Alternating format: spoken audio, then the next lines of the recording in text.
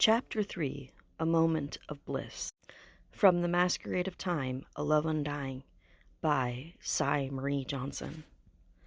Copyright 2024. All rights reserved.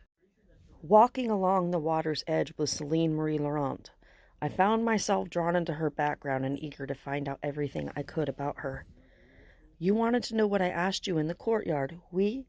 Céline asked, holding firmly to my arm as she gazed up at me. "Yes, of course," I murmured.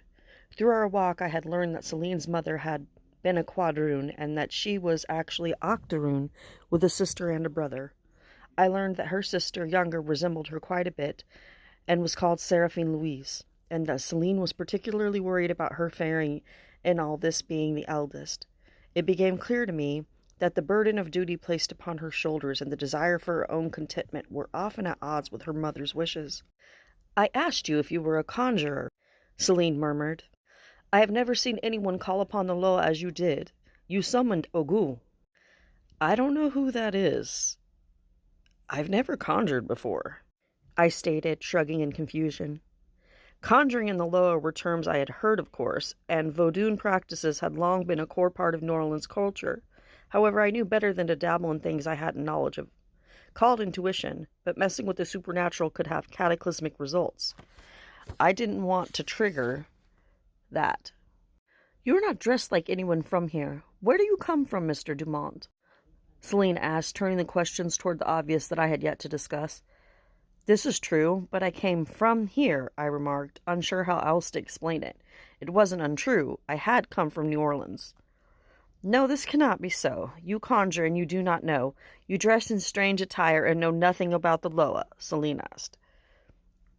"What year is this? And the Loa? Wait, do you mean voodoo?" I asked, perking a brow quizzically.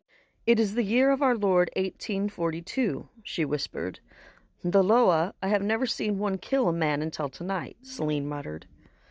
I've gone back over 180 years. What is Ogu?" I asked. "The god of war and iron. He protects and defends the innocent," Céline muttered. "But I have never seen someone summon without bloodshed first." "Do you practice?" I asked. "I have seen the rituals of Marie Salopé," Céline said, her voice lowering just a bit in slight as we continued to walk onward. "Oh, I haven't looked much into her. I had a mind to later, but New Orleans is so riddled with history that I was more taken with Marie Laveau." "She learned from Marie Salopé and Sante Dede, but the best of these is Dr. Bayou." "Céline, I do not know what brought me here, nor do I know anything about conjuring, but if my actions saved you from a fate worse than death tonight, I am proud to have summoned Ogu," I murmured, pausing, taking both of her hands into my own. With a little direction other than my own emotions, I peered into her eyes and nodded as I gently squeezed her hands, and then drew the right up towards my lips to place a delicate kiss against her fingers. I held her gaze and watched with curious amusement as her cheeks flushed a light pink, and wished that I could capture the moment with a selfie, even as I branded the image of her face into my memory. You speak with a sweetness I've never heard come from any man. You cannot be from here," Céline stated. "I could almost kiss you." "Could you?" I asked, leaning in with a hopeful smile as she looked up at me, her eyes filled with a soft joy in that moment, as if for the first time she had been accepted and invited toward fulfilling Celine's desires. Something I can sense she hadn't done often, if ever. Words, however, did not formulate upon the beautiful woman's face. Instead, she gave one light nod, eyes falling to close, as she perked her lips, waiting for me to stake my claim. Convinced that she desired this, I followed her lead and leaned in to press my lips delicately to hers. The sensation of fervency that suddenly filled my blood upon tasting her mouth was unlike any energy drink I had ever consumed in my life. And tracing my tongue across her own, I groaned into her mouth as I pulled her closer to my body, pressing my chest into her own as I cradled her in my embrace. Céline, in turn, seemed to soften into my form, her lips falling to part as she duelled my tongue with her own. Drawn briskly into the same intense impulses as I, her hand slid up toward my neck, and I felt her pulling me closer into her. So fiery was this kiss that I suddenly found myself growing breathless, and yet never did I want my lips to flee her own. I didn't want it to ever end. I pulled away suddenly, glancing down at her flushed face as she let out a giggle. I may be the conjurer. I prayed and prayed someone might come to rescue me from Luc Pierre, and then you, a strange man, dressed in an odd suit, come to dispatch the one I feared would own me for the rest of my life. Who are you, Antoine Dumont? And tell me, will my dream come to be? Will I be free to love who I choose and have him also love me? The sound of her pleading words sent arrows of instant adoration into the core of my heart, and I felt myself nodding without any thought to logic. Logic be damned. Whatever I felt as I gazed into Celine Marie Laurent's eyes in that moment gave me no doubt that if magic existed in truth, this woman was the lady of my dreams. I wish I could answer that in full honesty, but there are parts about myself I do not even know. I am wondering if this is a dream, the workings of my exhausted mind and wishes I hadn't vocalized playing out from my subconscious. I held Celine in my embrace, mesmerized by the way her dark curls seemed to glint with a bluish hue as the moonbeams shone down upon her face. The sweet smell of honeysuckle wafted on the wind, aromatic and magical. It wrapped the both of us up in a moment of pure mysticism. I had never experienced anything one might call exceptionally romantic in my lifetime. That was until the moment the moonlight illuminated the face of an angel who seemed unreal, a figment of all I wished for and never ever would have.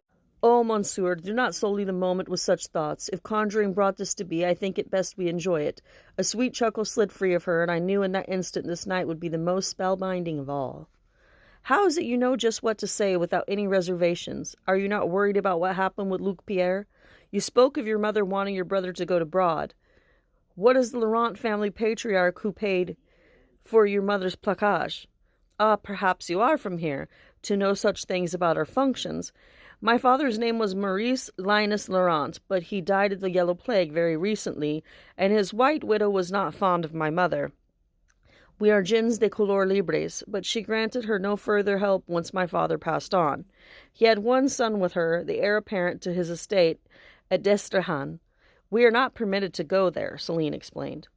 Is this why you and your sister were sent to the ballroom at the Bourbon Orleans then? I asked, filling in the blanks to my own question with a certain curiosity. Makes me sense why there was a slave uprising, I murmured, not realizing I had let my thought slip. What? Slave uprising? Celine's eyes widened. I cannot imagine such a thing happening. They would paint the plaza in blood if they ever tried it. Ah, I apologize. You are right. Is there somewhere more private we can go to rest? I asked, feeling suddenly tired. I can sneak you into the house, but you must be especially quiet. If my mother spots you, the house will be brought to shambles, she murmured. I grinned and nodded in agreement. Ah, fret not, Celine. I will abide your every word, even sleep apart from you if you so wish. I have never slept with any man. Do you find this displeasing, Antoine? She asked, a tinge of uncertainty in her voice, even as her face held steadily upon my own. No, if anything, it makes me admire you all the more, mademoiselle. I only hope my actions tonight do not cause you and your family further harm. I sighed, recognizing that while I adored the presence of this beauty, this dream would eventually come to its end.